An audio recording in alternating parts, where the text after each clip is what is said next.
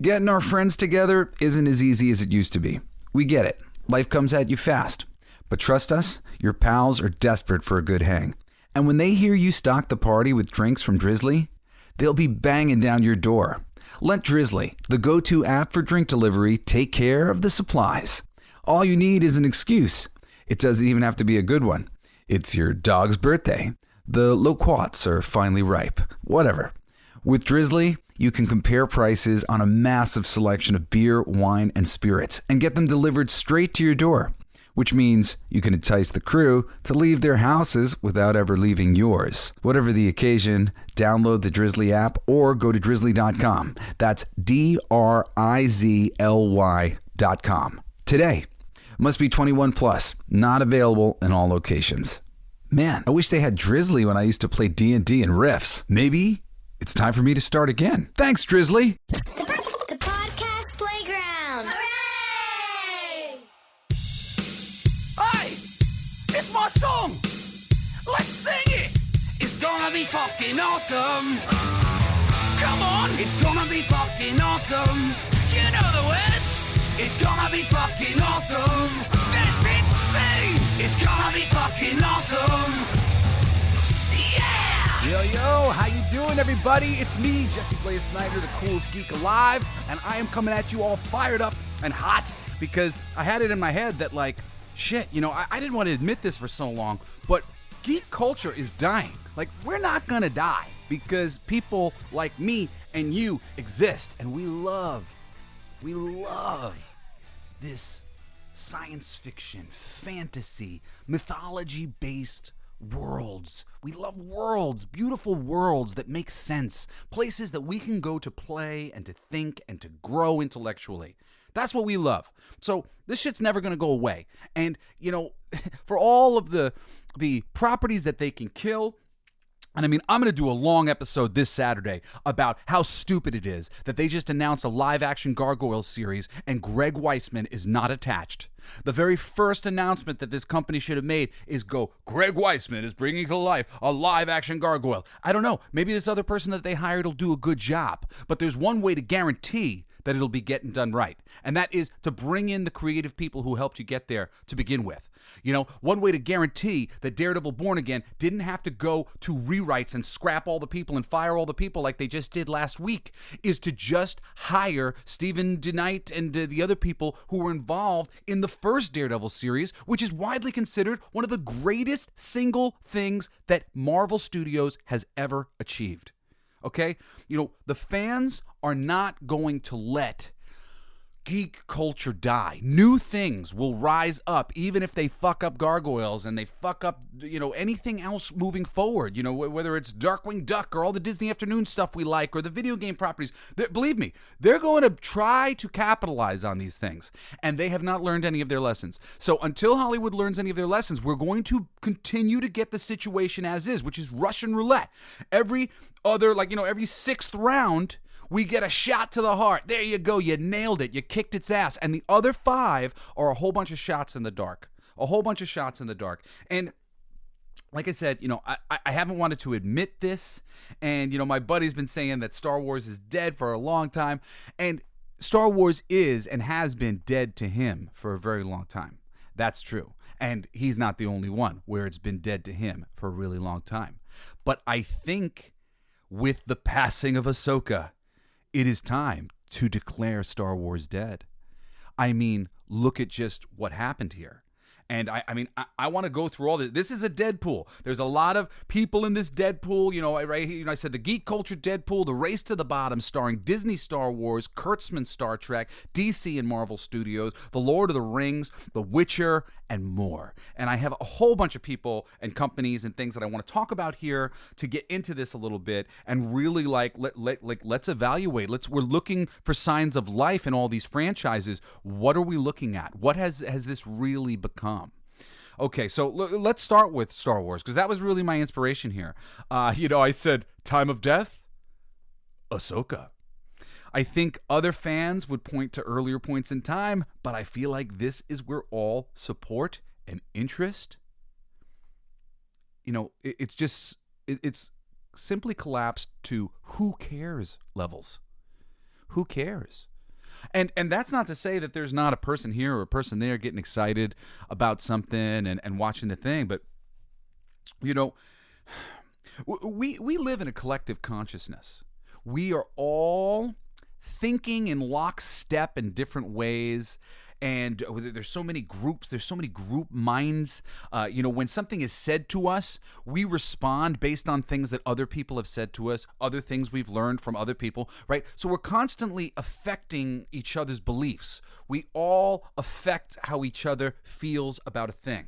Because of this, there's like a critical mass that builds up with fandoms, as more and more people kind of intellectually go, I love this thing. This thing is good. I've got nothing bad to say about this thing. More people feel that. They feel that energy of like, wow, well, clearly something's going on. Look at that. Jesse, he really loves that thing. Maybe I should check it out. A critical mass is created when there's energy for a thing. How much energy is there for Star Wars? How much energy is left? And I know you might say, well, look at all of the news websites and everybody who's talking about it. Look, clearly they want to.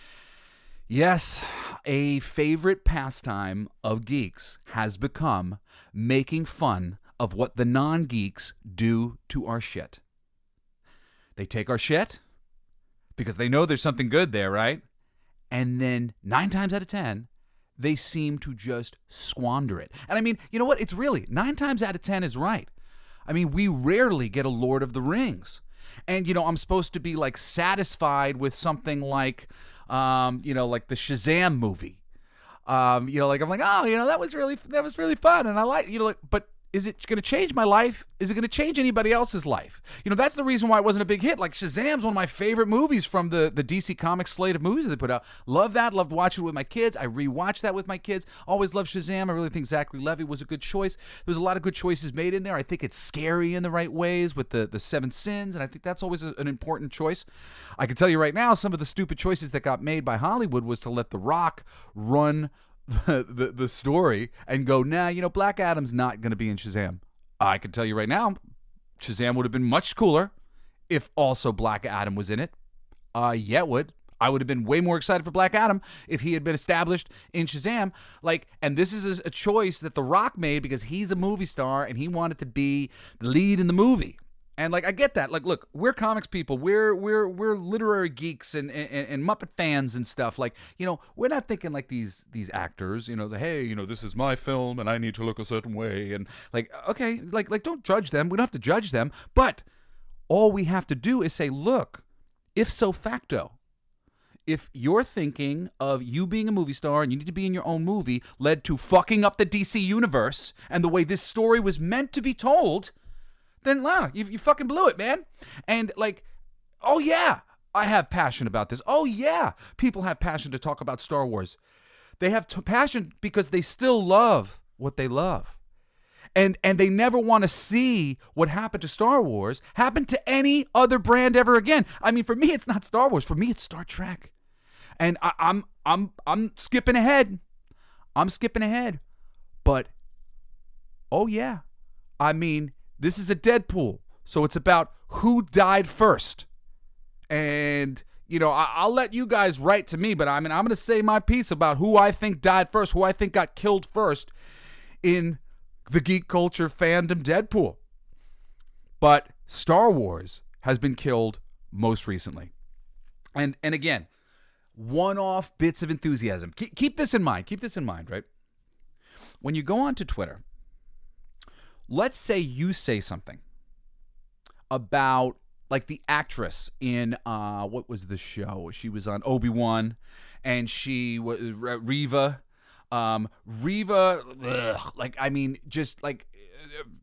A perfectly capable actress. Whatever. It just doesn't matter. She doesn't have a helmet. She's not a cool, scary Sith person. She's just some girl with braids in her hair. I don't care about some girl with braids in her hair. She's not scary. That's not a scary girl. I'm not afraid of that girl. This was a stupid thing to put her in this position where she's supposed to be scary and I'm supposed to be like, no, she's not scary. So now you go online and you say something about how you don't like this freaking Reva person. Something that is vague enough that it could be if somebody wanted to just be an asshole, like so many people seem to want to be, go, oh, well, you didn't shut down the idea that you don't like her because of race. So makes it all about race and responds to you from this place of like, look, you know, race and da-da-da-da. This person who responded about Reva and her, like you being a racist because you didn't like Reva, they're not watching the show. They're motivated by defending people of color. They're motivated by attacking and having fights with people like you on the internet. That's where their love for this thing is. Most of the people who are like me, who are on social media and are geeks, are coming from a very different situation. Like, I wouldn't be on social media. I hate it. I hate social media. It's such like a part of my life that I have to be on these things. I quit years ago because the conversation got so ugly and everybody was just such dicks to each other. And, you know, most of the people who are on social media, they're on social media because they want people to look at them. Hey, look at me. Hey, look, you know, I've always been afforded, and I'm very grateful for it. You know, I was born into a famous family. I don't really need additional attention. Like people are already treating me sort of weirdly because I'm part of a celebrity family and I do kind of, you know, interesting things. And people give you a lot of credit when you do interesting things. And I appreciate all the credit and kindness that people give me. I try never to abuse that power. I mean, lots of people do, though. Lots of people do. And the people who are on these social platforms, they don't feel like me. They don't feel like, oh, I'm from the Snyder family, and I've been on many TV shows, and I've done things that I feel proud of, so I feel proud of myself. Most of these people don't feel super proud of themselves. They feel like they're building a reputation for themselves. They're trying to make the right friends and impress people in the right way. Everybody's essentially showing off on social media out of necessity for one reason or another, like for work and stuff. Right? So people are doing stuff for work. They're talking about things. Yeah, you know, like I like to be viewed as a geek. I grew up watching Ninja Turtles. They're not geeks. They don't read anything. They're just passive geeks who know like a little bit of something, and they identify as a geek so that they can have a personality online. And then they play the part of the defensive person. I am the virtue person who will defend all of the blacks and defend all of the gays. Like, I love everybody. Okay? You're black. I love you, man. I don't care. I don't care. I don't see it. I don't see your color. I don't see your sex. I don't care. I love everybody. I'm a people pleaser. I'm somebody who's always just wanted people to like them and wanted to do things that would generally ingratiate myself to the world because I love the world. I love animals. I love different people. I love buildings and jungles and forests and mountains and skating and sports and comics, and life is good. Life can be fucking good. And we're all focused on all this shit, like reading into things, like literally like pulling badness out of things. And the people who are doing that in this main social thing, the majority of them, that is what they are engaged in. They are not engaged in geek culture. If they watch Obi-Wan or Ahsoka, maybe they get to it, maybe they don't. They're not passionately waiting for this thing, and then when it arrives, they're devastatedly disappointed because of how fucking shit it was. That's us. We feel terrible about this thing. They feel terrible about other things that are important to them, and if we vaguely seem to be suggesting that some casting decision made might be not a good one, when that decision was made because of reasons, they're going to come after us. They're going to go and tell us that we're racist or we're sexist. Or it's crazy. It's fucking ludicrous. The fans who are online, you know why they're online? Like if you're a famous person, if you're somebody who's on social media, you're on social media for work, do you want to know why the other people are there? Because they want to interact with these people that they admire. You know how many people I've spoken to who have just been gutted by some of the creators in the industry who went after them because they misunderstood a text? This happens all the time. They misunderstood a tweet or a direct message. They misunderstood it, came from a place of darkness and viciously attacked the person so badly that they just quietly walked away. Oh, well, I'm sorry. Oh, okay. All right. Never mind. Sorry. Most of these people feel really small. And I know you see lots of, loud voices and angry reactions. What do they say? The cowardly dogs bark loudest. Okay? Cowardly dogs bark loudest. There's lots of artists and filmmakers and shit. They're not fucking fighters. They're cowardly dogs. They are. They don't want to be getting in all this conflict. I don't like getting in this conflict. I'm like one of these people who's like real like. It almost seems like I'm talking out of two sides of my mouth sometimes because I'm like sort of like really extreme, like and bold and confident sort of thing. But at the same time, I worry and I'm empathetic and I wonder and I'll, so I'm like one part like I can do it, and then the other part's me like I don't know, maybe. So I get it. I relate to everybody in the crowd who is participating in this thing, and like I don't befault? No, I don't begrudge a person participating in a conversation that seems important to them on the internet. Okay? It just so happens that it's creating this illusory idea that there's like an us and them, and there's like 50% of the geek culture people are like really into this, and then the other 50% aren't. No. It's like 90% of us who aren't being heard are like, dude, who asked for this? Who asked for them to keep making these changes? Who asked them to do this? Why didn't they do George Lucas's pitch that he gave them? You know, like who told you to call an audible and that you knew better than thousands and thousands of brilliant artists and writers and creators who have built the geek culture industry as it is? Like, it's just so disappointing. It's so disappointing that the mainstream has been able to sell this notion of demonizing half the fandom, and that the noisy social media pundits who are super, super hyper liberal and playing like, just playing off the ledge. I'm hyper liberal, but I'm even not as hyper liberal as these people are, because I don't believe in infringing on the rights of other people. The moment you're like, you know what? I don't think these other people in society are smart enough. Like, dude, know your role, okay? Everybody on planet Earth is free. We're supposed to be encouraging each other to do the right thing. You know, prison time and prison sentences and like hurting people hurt people. The more you hurt people, the more you affect pain and vengeance upon people. It just plays out in the psyche in other ways. And sometimes you can break people and get them to bend to your will. But I promise you, that's not the way to go. Hearts and minds are one. You know, my mother has won my father morally over time because she's really rooted in her heart and knows how to behave the right way and do what is really thoughtful for other people and be really kind and considerate. And my father has, it's not like a lack of empathy or anything on his part, because he's a very empathetic guy. And that's why he chose such an empathetic and loving wife. But sometimes thoughts and choices that would come into his head, I'm going to do this. My mom would be sitting there going, no, we're not going to do that. And like, why? Why can't I do it? Well, because of this and this and this. And like, we shouldn't do that. A reasonable person who you love talking to you from the heart can get you to change your mind. People shouting at you on the internet just sort of backs you into a corner, makes you mad, makes you just want to like fight. I got so freaking hot the other day because I'm always having these conversations. Actually, not the other day, it was just today, right before I did the show.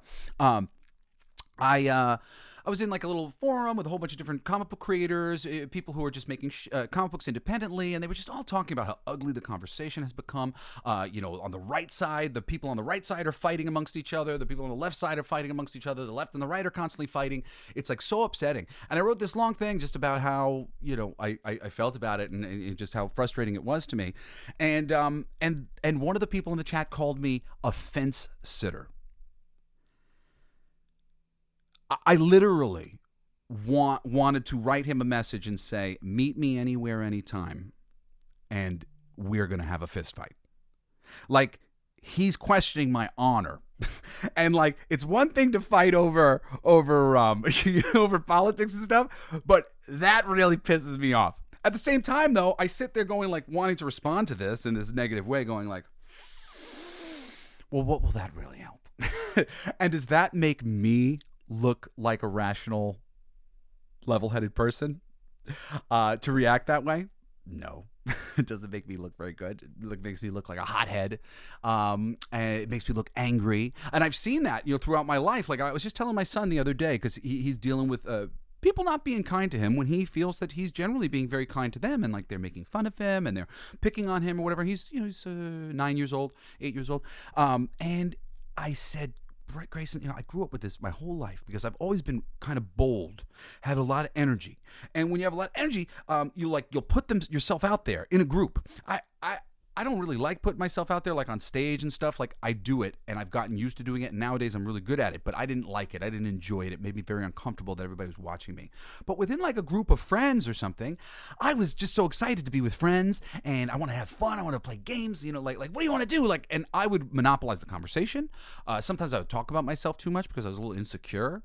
And then, you find out, you get feedback from people around you that like, oh shit, like, you're being too much, and people are reacting to it in these ways. And if people want to feel sort of bothered by the fact that you have so much energy and you can participate in the conversation so much and so easily, and they have any insecurity about their ability to participate in the conversation, about their ability to, enthusiastically participate with friends or be a part of the group, you trigger people.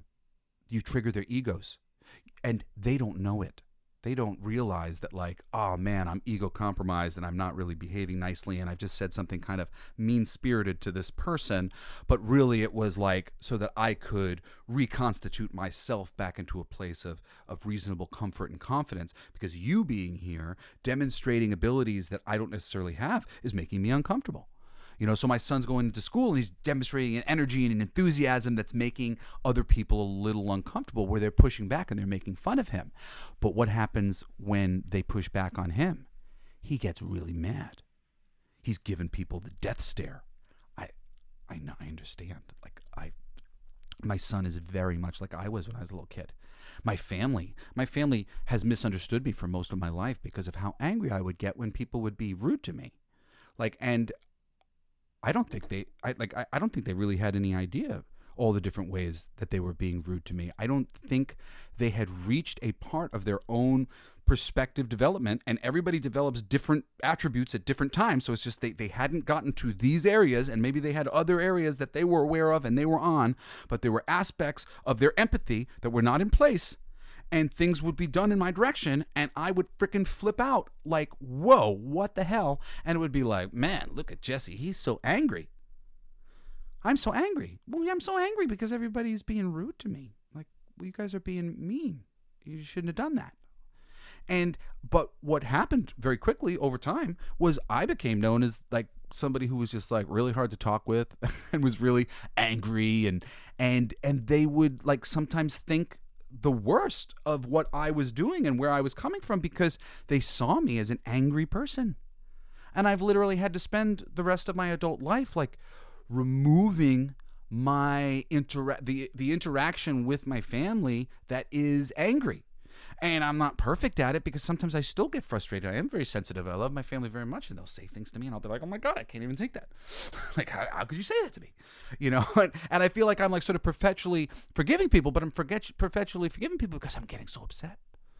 And when we get so upset so consistently, we end up betraying ourselves and portraying ourselves as angry.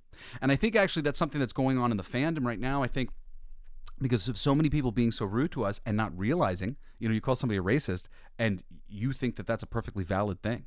And the people there on the other side are like, you have no idea. You don't know me. You're calling me a racist based on the fact that I don't like Reva?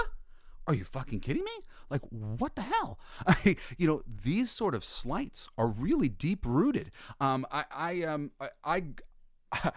in all worlds, I'm not Comicsgate. I'm not Comicsgate. I'm not anti-Comicsgate. I love the geek culture community. I don't like the idea that it's been like split down the middle. So sometimes I hang out with people who are decidedly not the Comicsgate thing, and then sometimes I'll end up with some people who are, in Comicsgate. I think I've talked before about how one of my best friends and the person who I worked on King of Kings with for 10 years, he joined Comicsgate, as soon as Comicsgate was formed, basically because two of his best friends were in the thing, and I don't even know who those people were. He was just like, yeah, two of my best friends are already in the thing, and like, I kind of just had to do the thing. I'm sorry, like, I hope this doesn't like affect you in any way, because like when you're a professional, holy crap, this stupid politic thing has become really big.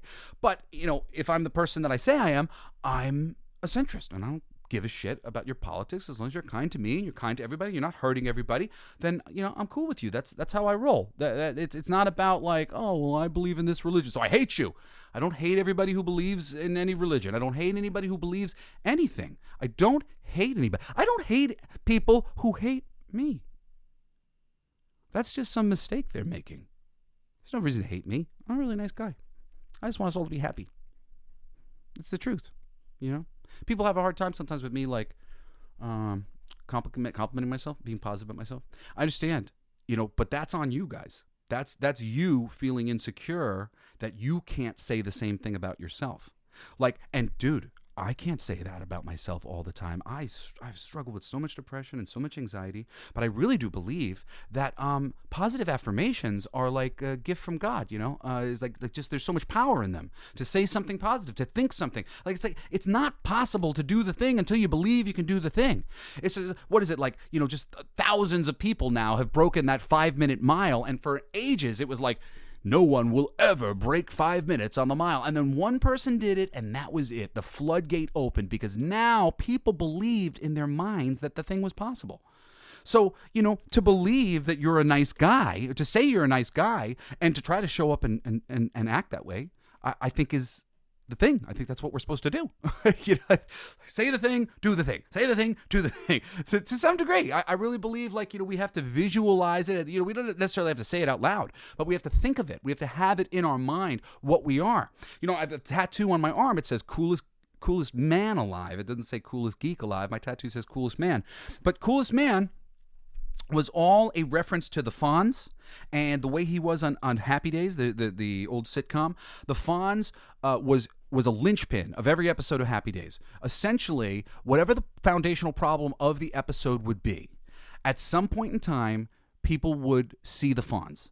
And the Fonz would either say something that perfectly affected the future outcome by being really just wise and worldly, or the Fonz would fucking put some gloves on, get in there, and help you directly. You got a bully, you got something you can't stand up to, well, that's not fair. I'm going to help.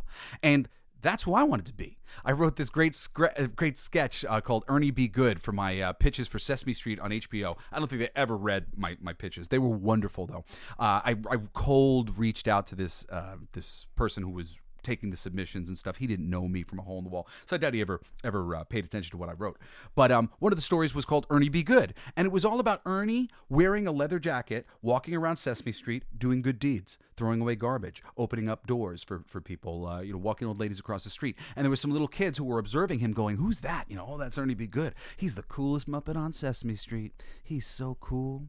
And like showing kids that it's cool to be kind. That's it, man.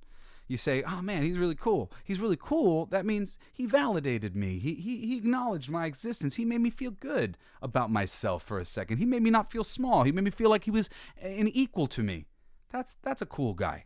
So who's the coolest man alive? Who's the coolest geek alive? I'm the person who I want us all to feel like we're equals to each other. I want us to feel good, And I hope that other people aspire to be cool like me. Cool. Equals to everybody. Kind. Is that such a terrible thing? I don't think so. For me, that's peace on earth and harmony when we all can claim to be the coolest person on planet Earth, and we all are. We're all capable. We're all capable of all the same shit. It really all comes down to where our passions and interests lies. And because we all have different passions and interests, it leads us to different places. And that's why we have this thing where geek culture is rising up with its passion to interact with writers and artists and directors and whatnot. And then unfortunately, we have other people who have passions that are like social passions that have really been pulled into the entertainment sphere because so many people have felt for so long that this planet Earth is like backwards, that we've all been drawn to go into entertainment. We were hoping to convince everybody that there could be a better world.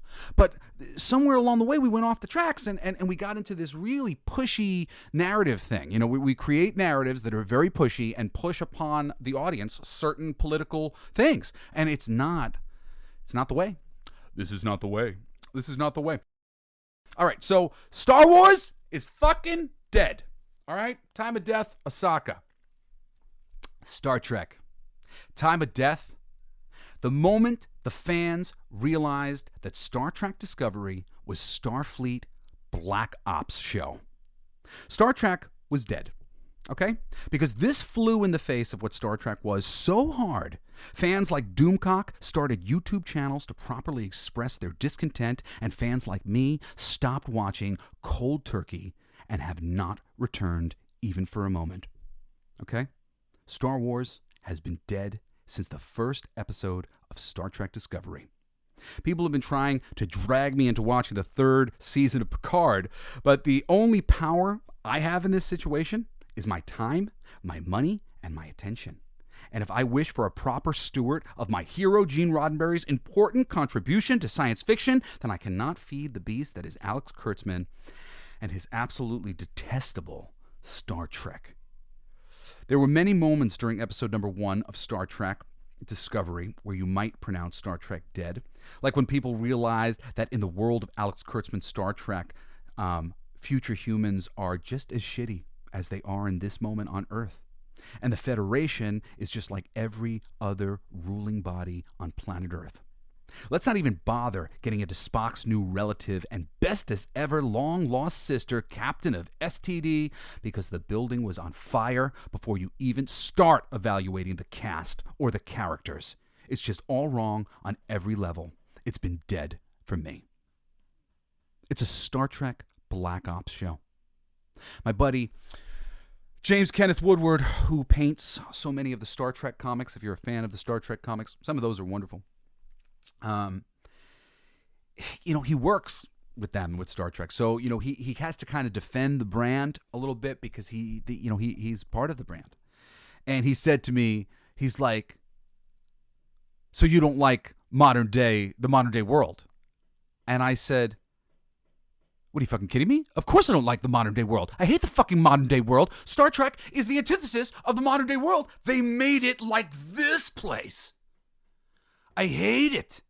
I mean, Star Trek, Gene Roddenberry had a sort of a mandate, and I forget what it was called. I used to know what it was called. But it was a mandate to the writers that they weren't to focus on dispute. Like, their conflict shouldn't come from petty disputes amongst the officers on the ship. The conflict should come from outside of the ship, and the story should be about them working together to overcome the odds, always and forever. And this is a major thing. I mean, granted, there was some conflict here or there between the people. It wasn't like an absolute thing. There couldn't be any conflict. And I know people talk about, oh, conflict is everything. When you think conflict is everything, you write shitty things. Conflict is not everything. The first thing and everything is the point. What is the point of the thing you were making? After the point comes, what is the story? After the story comes, how do we fill this with as much excitement? Not necessarily just conflict, excitement as possible. Excitement includes not only conflict, but also resolution to conflict, rewards for effort, things like that.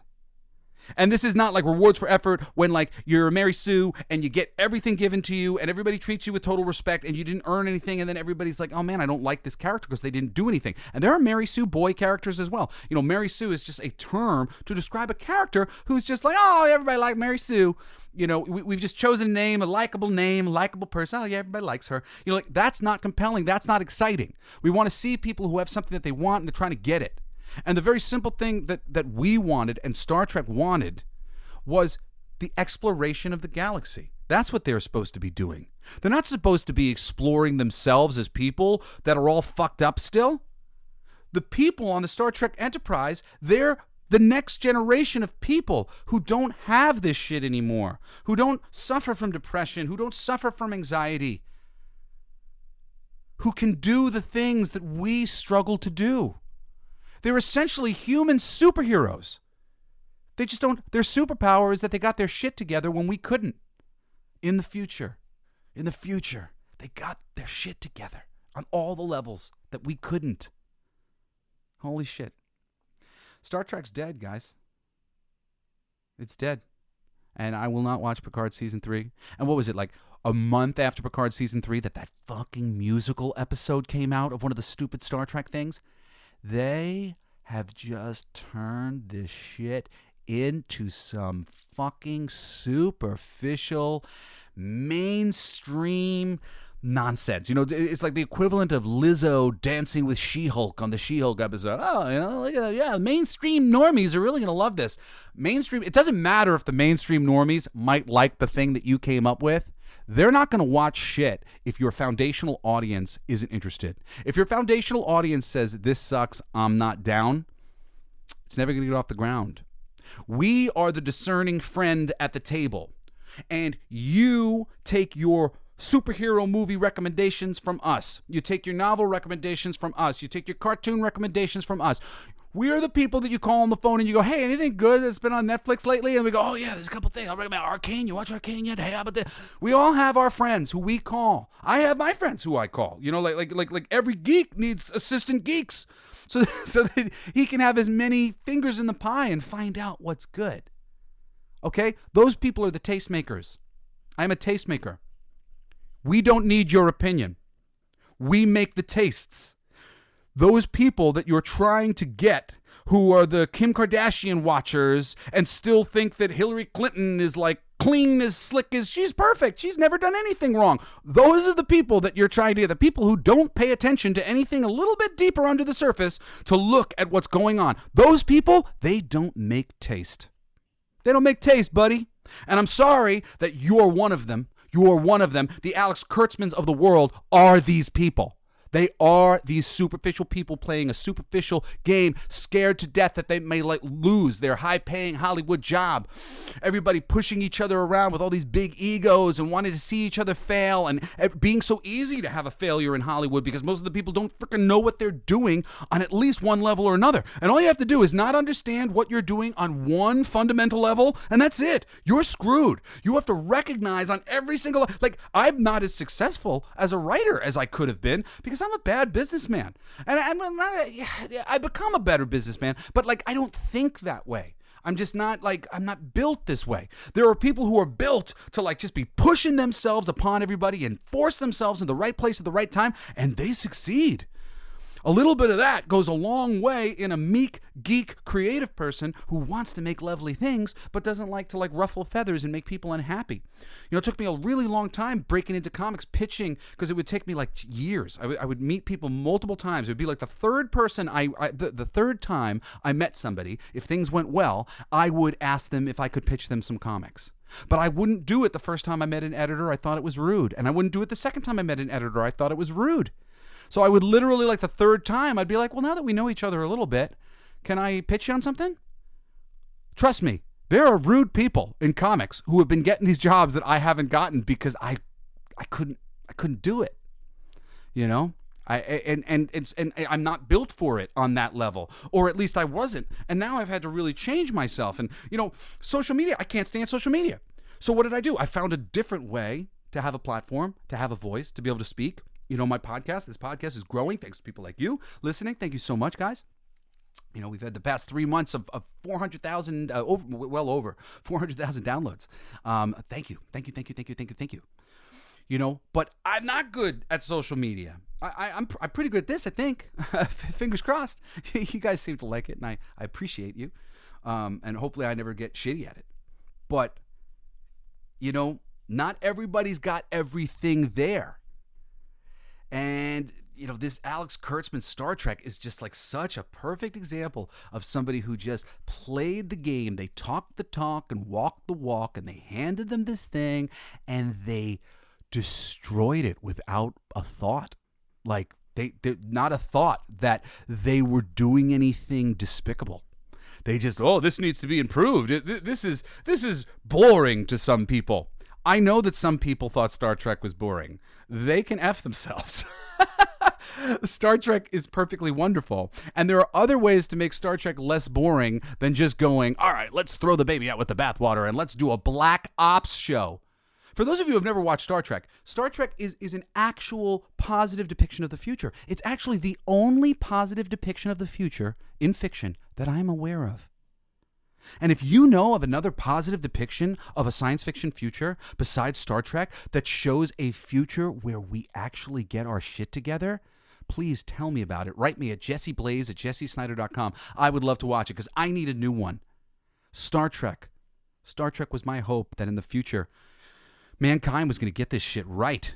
that we were going to fix things, and to see the show remade into basically business as usual. Here we are, humans in the future, same as it ever was. And so are all the aliens we meet. Hoorah. I liked it better when the Federation was fighting different alien races that represented different aspects of the human psyche that needed to be healed. That's what Star Trek used to be about. Not anymore. Star Trek is dead. All right, moving on to Marvel. The Marvel's budget, its budget turns out it's one of the biggest. If you heard the news that initially news went around that the Marvels was the smallest budget or one of the smallest budgets ever. As it turns out, it's actually one of the biggest. It is literally the opposite. What do I say all the time? If you're hearing news about it because money has been put into the publicity of the idea, it's possibly a lie. It's trying to push you into a certain thing. They put money into the things that they want you to believe. Okay, so a lot of money was put into the little press being put, we spent no money. And then people dug into that, and potentially $350 million was spent on the Marvels. The break even for this movie is going to be somewhere between $800 and $900 million. It's tracking 42% behind Eternals.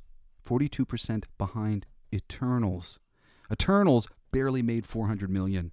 This movie could easily lose $400 million. All right, right now on Disney Plus, Loki is coming off of Secret Invasion with 3 terrible finished shows waiting for release. Agatha Harkness, Ironheart, and Echo. They're all done, haven't been released yet. And Daredevil just got the restart. If you didn't listen to the last episode, they fired their showrunners. They're going to use like little sparing bits from the season, and they're bringing in new people. We don't know who they are yet. If they're smart, they'll bring in the original showrunners from the Netflix series. But they're not smart, so they probably won't do that. But let's see. If they do that, that'll be a real sign of positive change at Marvel. Anyway, I do think fans will come back for things they have been waiting to see, like let's say Deadpool or Fantastic Four, if it looks like it might possibly be good, or X-Men, if that looks like it might be good. But now, and especially after this, I believe we are in a wait-and-see mode with Marvel, which for all intents and purposes means the fever and interest is dead. But I think it slid into death, and really strong showing with Deadpool could get people excited about the brand again. But it can't just be solid to pretty good. It's got to be outstanding if it's going to jumpstart the universe. And it must come from a place where people can clearly see a love for the source material shining through, and a promise of more love for that source material, and more satisfaction of these stories that we're still waiting to see told on the big screen. Because that's all the audience gives a shit about. So, Marvel, they're dead. Deadpool has a chance to maybe resuscitate them, but for now, they're dead. And considering all the things that they did on Daredevil that were mistakes, and that they're going to try to use a lot of the footage of some of the things that they shot for that show in the new series, I'm nervous that they're not going to be able to change this new Daredevil Born Again series enough to fix anything. And everything that they've got lined up right now, from Thunderbolts and the Captain America New World Order with Falcon, these things are not highly in demand. And like people are interested in Thunderbolts, but this isn't the Thunderbolts. You don't know if you didn't read the comics. But the Thunderbolts were the masters of evil in disguise, pretending to be heroes, trying to do dastardly things. Of course, the story goes to all interesting places. It's a story that people are interested in. They'd love to see the Thunderbolts put up on the big screen. There are some other incarnations of the Thunderbolts that exist that are a little bit different than what I just described. But this isn't any of them either. This is just some made-up group of people that they put together. It's not even a group of villains.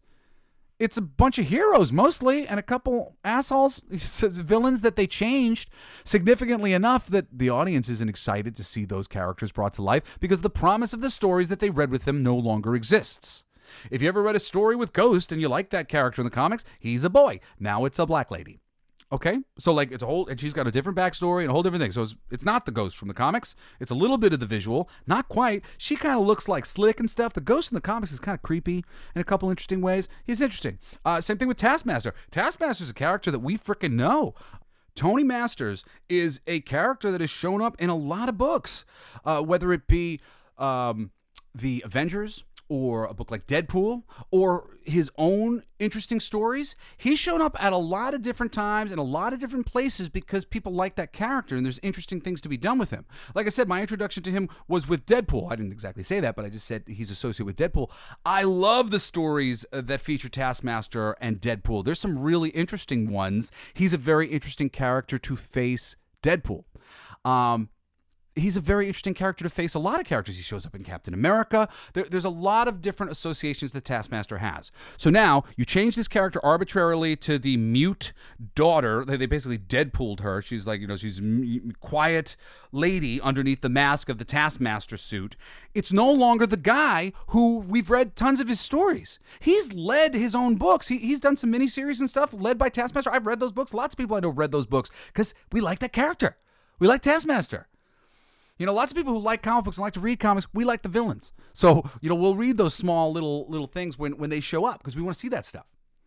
So Taskmaster, this Thunderbolts team it's not the Thunderbolts. It's nothing that we're remotely interested in. I think they've shot themselves in the foot before anything started. As soon as this announcement was made, all these things, people had our suspicions because nobody had been really introduced into the Marvel Universe.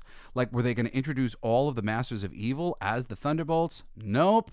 Here it is, a bunch of existing people from different films that weren't exactly super successful. They're all the Thunderbolts. Woohoo! Yay. So anyway, Marvel, sorry guys, you're dead. You're dead. There's no enthusiasm for Loki. I just finally started watching it because I don't really care. And I just don't care. I don't think anybody cares. I'm not seeing any reviews. I've some because I follow a lot of channels, but just the amount of fire for having a conversation about the Marvel Universe and what's going on in it, and the stuff happening in Loki is very essential to anything that must be going on in the future of the Marvel Universe. If they could by chance stick this landing and then have like a 1-2 punch with Deadpool, where Deadpool continues some of these things in some fashion and brings them forward and gives us the promise of the Fantastic Four we want, and the X-Men we want, and the universe that we want. There's rumors now that they're going to bring back Tony Stark, and they're going to bring back Steve Rogers, and they're going to bring back Black Widow. Okay. If they do, maybe they can save it. Maybe they can save it. Maybe they realize, the ball has hit the ground, and if we don't pick it up right now, we're never going to get it again. So I think Marvel has a chance to save themselves. I don't think Star Wars does. I think Star Wars would have to be completely rebooted at this point to fix the thing. And rebooted, like be bought by another company and have them do their own trilogy that takes place after the thing. I don't even know. I feel like Star Wars, maybe the ship has sailed. Because it's just so we've lost the chance to get Leia and Han and Luke in a scene together. Leia's dead now. They wasted the time, and now it's not possible. I'm really sad for friends of mine. It's funny because Star Wars isn't totally dead for me because I liked Andor a lot, and I one of my favorite Star Wars things actually is Rogue One. I love Rogue One, and love the first season of Andor, and I'll watch the second season of Andor, but I'm not watching anything else unless it's by the same creative people that made Andor. Then I'm gonna watch it. See, it's so freaking simple, right?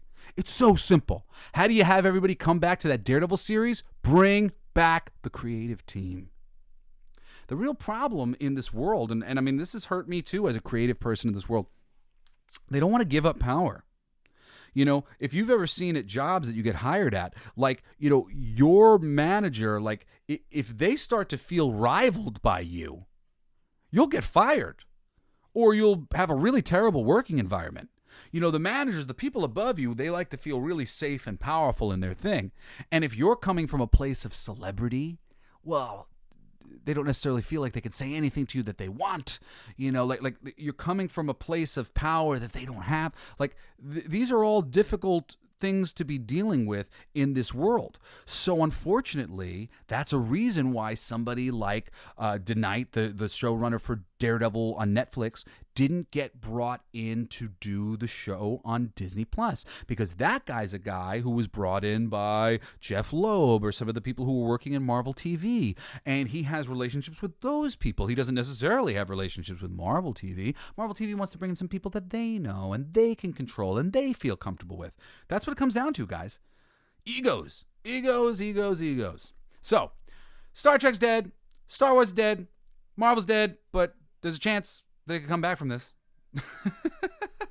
But the Marvels, I tell you, when the Marvels comes out, it's really going to look bleak. That's going to be the moment we're going to be like, Marvel's dead. Like, I'm calling the death a little bit before everyone else is going to notice, because I'm smelling the body rotting as I watch season 2 of Loki slowly, because I'm not enthusiastic about it. It's a corpse, man.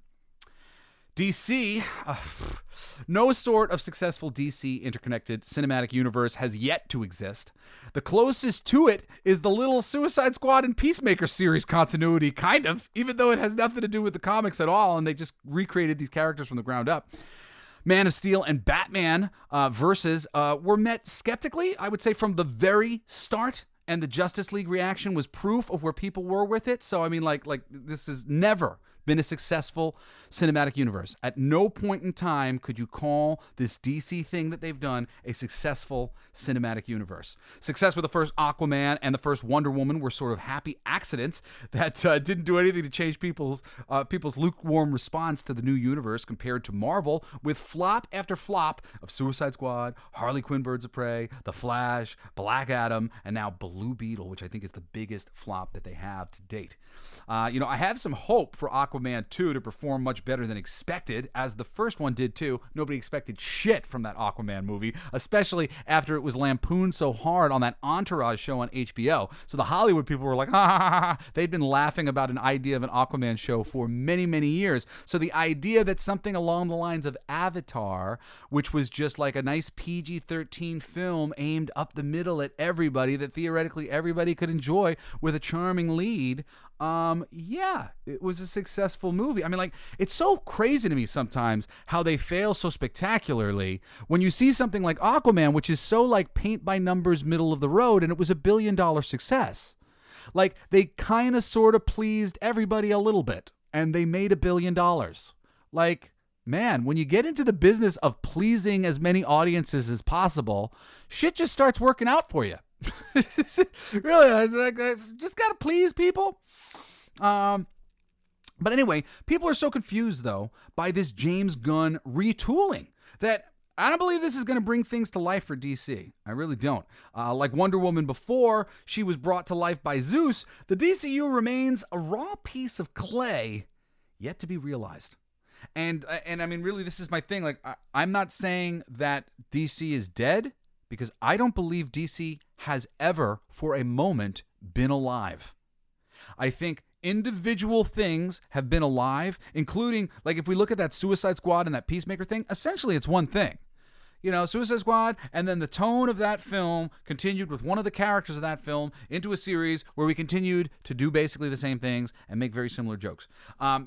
Peacemaker, I have such a love-hate with Peacemaker, because some of the tone of Peacemaker I don't like for what it does to the tone of the other things that exist in the DC universe, and I don't like how it affects their tones simply by, like, existing.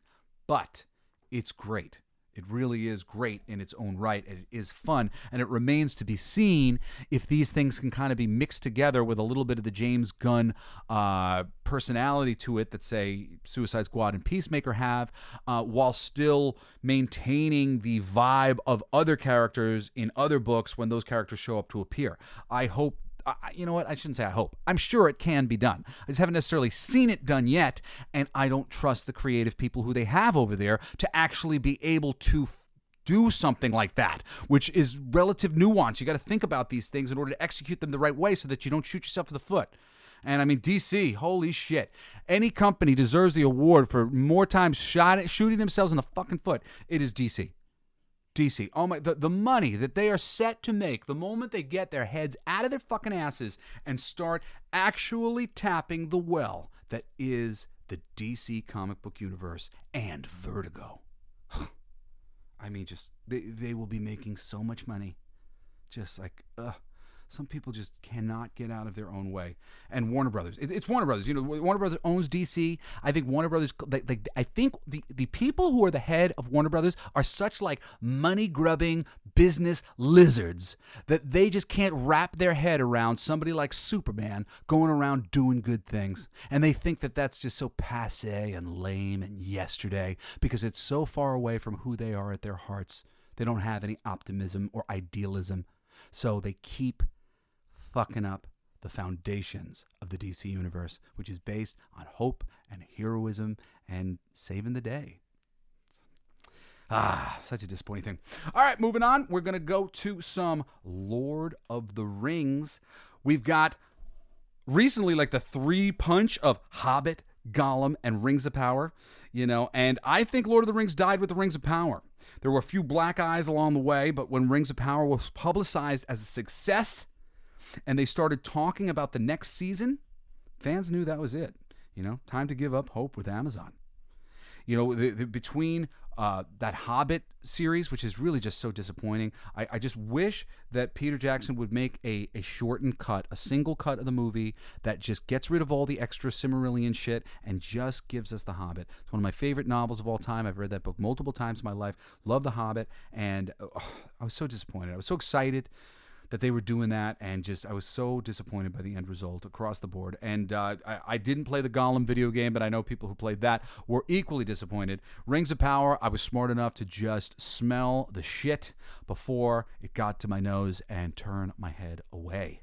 So I did not participate. But that one, oh my God, nobody watched. And all of this PR that they did, it's very clear. Nobody watched. The people who watched freaking hated it. The social influencers who they hired to do things otherwise. Literally, I saw a video of one of the social media influencers who they had hired who hadn't even watched it a couple months after the show had been released.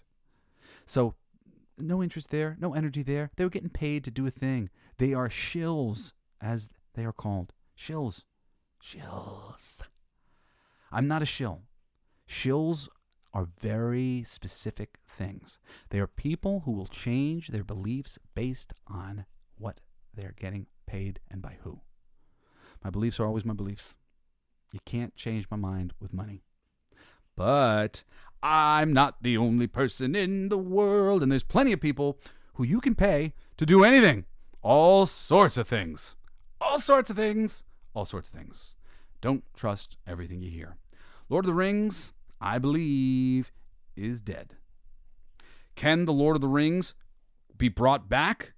I don't know. I mean, like, what more is there to do? I mean, you can adapt The Hobbit again and do it right. Try to adapt the Silmarillion again and do it right. I mean, these books exist, but it's dead with Amazon. Nobody has any trust with them. That's like, you know, and the interest in this franchise from all the normies who had a vision of perfection upon the Lord of the Rings. The Lord of the Rings is one of those few things like Pixar, which for so long were viewed as perfect. And now, one thing after another, Hobbit, Gollum, Rings of Power, not so perfect, maybe so dead. I think Rings of Power is dead. I'm going to hit on a couple more. We got Doctor Who. You know, Doctor Who, I believe, can survive if all future seasons quietly repudiate all the terrible changes to the show's canon that were made by the more recent and infamous seasons of the show. I really do think that, you know, because it's essentially just like one bad season, and they've got like 11 seasons telling a certain story. If the creative people can find a good way to just go, well, you misunderstood in this way or that way, like.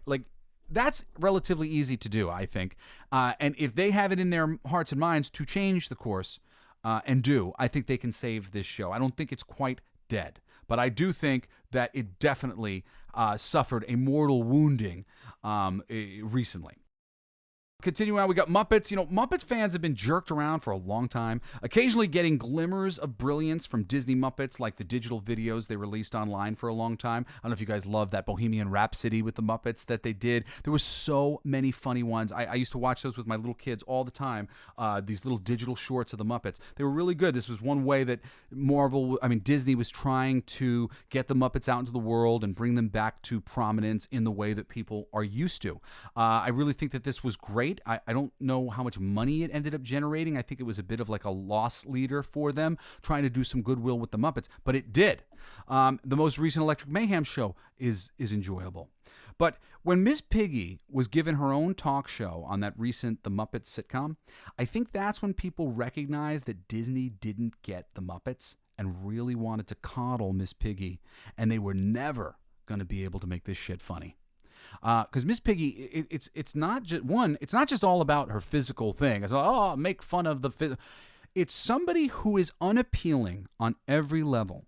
Miss Piggy is unappealing on every level. She's rude, she's jealous, she's selfish, she's completely about herself and her own dines. She's not empathetic in any way, shape, or form. She's not somebody who deserves to be given a series. She shouldn't be rewarded. All of the Muppets, the premise of all the Muppets is that they have great passion and great love for various things, but they're struggling to achieve it because they're not very good at what they do. And Miss Piggy's not very good at what she does. She's not very talented, and she's not a good person. Miss Piggy is like the one character who really goes down to the full foundation. She's somebody who thinks everything should just be given to her. She's just as terrible a person as you could possibly imagine. And Disney has gotten lost in the idea that she's beautiful. She's a beautiful woman. Don't call her a pig because some women have been called pigs before and that wasn't nice. I understand. These are two different things. This is comedy. This is a metaphor. She is an unappealing person on every level. Disney, if you can't wrap your head around the fact that you have a character who is unappealing and that is the comedy, you're never actually going to get any comedy out of that character ever again. I mean, you might as well hang up Miss Piggy's tights and stop using her because she's not a good representative of the overweight community. She's not a good representative of womanhood. She's a rude asshole, a narcissistic asshole. And actually, the more you coddle her, the more it makes you seem just like Warner Brothers, who I think are evil because they can't figure out how there's all this value in the good that Superman represents and the goodness that the DC Universe represents. They refuse to give us this beautiful, perfect world of good that is there to present us with. And you guys refuse to present us with Miss Piggy being treated, or I shouldn't say being treated, getting the results that she deserves, which is no results. The struggle of the Muppets is why we love them. The Muppets struggle. The Muppets struggle, and we love it, and we laugh. That's it. That's what the Muppets are about.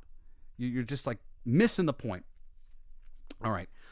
I could go on with this all day. There's like so many more. I mean, these are like the biggest ones. But I mean, I'm going to offer up one more because I'm already over my usual hour. So let me just say Pixar. Okay? Elementals was the swan song of Pixar as we have known it because of the weirdness that happened with Elementals. And now Elementals is not a return to yesterday's Pixar. It's good. It's a really good animated film. I've watched it with my kids a bunch of times. I like it very much. I liked it. It was really railed against and people were against the movie or whatever it was. And a lot of people had lots of negative things to say. I finally saw it with my kids and I thought it was great. And since it's come to Disney Plus, we've watched it a bunch. I'm a fan first, guys. So, I liked it. But it's not Monsters, Inc. It's not Ratatouille. It's not The Incredibles. It's not Toy Story. It's not changing the world in any shape or form. And because of that, because of its poor showing at the box office, because of their inability to sort of manage what Pixar should be and to continue to have this brand have the strength and meaning that it used to have, they have decided to focus exclusively from now on sequels to Pixar properties. Pixar is now a studio that will exclusively focus on sequels to its existing intellectual property. Pixar, the most creative company on the block, is no longer being creative. This is Bob Iger's doing. This is Bob Iger. This is your guy. I know a lot of you guys, he's your guy. That's Bob Iger's choice. If you don't see that as the stupidest fucking thing to ever be decided by an executive at a studio, Pixar will no longer make original content. Oh my God. It was nice while it lasted, and I'm glad we got Elementals. Here's to the death of Pixar. But I think, as you see, we got Elementals is the death of Pixar. We got Rings of Power is the death of Lord of the Rings. We've got DC's never been living, so it doesn't matter. It's not dead. It's never been alive. Marvel dead with Loki right now and the Marvels, but maybe can make a comeback. Star Wars dead with Ahsoka because it really managed to limp on there for a while. But Star Trek dead with STD. I declare this DEADPOOL won by Star Trek STD. Congratulations, Alex Kurtzman. You were the first person to kill a beloved geek culture franchise. And you will always be remembered for that and similar. Anyway, I'm your friend, Jesse Blaze Snyder, and you can write to me at jesseblaze@jessesnyder.com, or you can follow me on Twitter or X, or whatever the fuck it's called, at CoolestGeekJBS. I love you guys so much. Thank you so much for joining me every Wednesday. And join me this Saturday where I'm going to be fucking ranting and raving about gargoyles. And you can join me again next Wednesday for another fucking awesome episode of The Coolest Geek Alive. And I think you know this by now, but it's gonna be fucking awesome!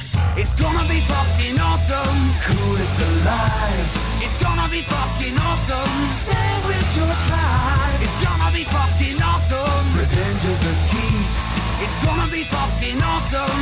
Week after weeks. It's gonna be fucking awesome. Laughing with you. It's gonna be fucking awesome. And crying sometimes too. It's gonna be fucking awesome. Spelling it out. It's gonna be fucking awesome. Making you shout. You've been listening to Coolest Geek Alive with me, your host, Jesse Blaze Snyder. Don't forget to rate, comment, and subscribe for more excellent geek culture content. Thanks for listening.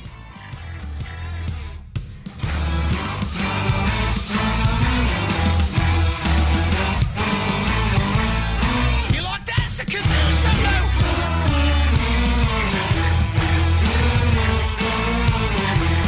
I played that too. It's gonna be fucking awesome. Talking some shit. It's gonna be fucking awesome. Living legit. My voice is fucking awesome. Food in our mouth. It's gonna be fucking awesome. Get in the mouth. It's gonna be fucking awesome. Tell all your friends. It's gonna be fucking awesome. Call right on text. It's gonna be fucking awesome. Raising the bar.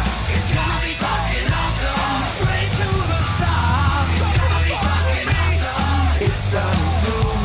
It's going to be fucking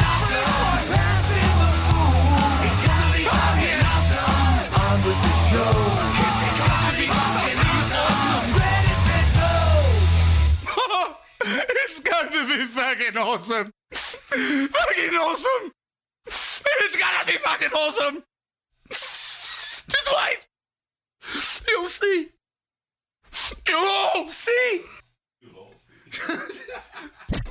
The Podcast Playground.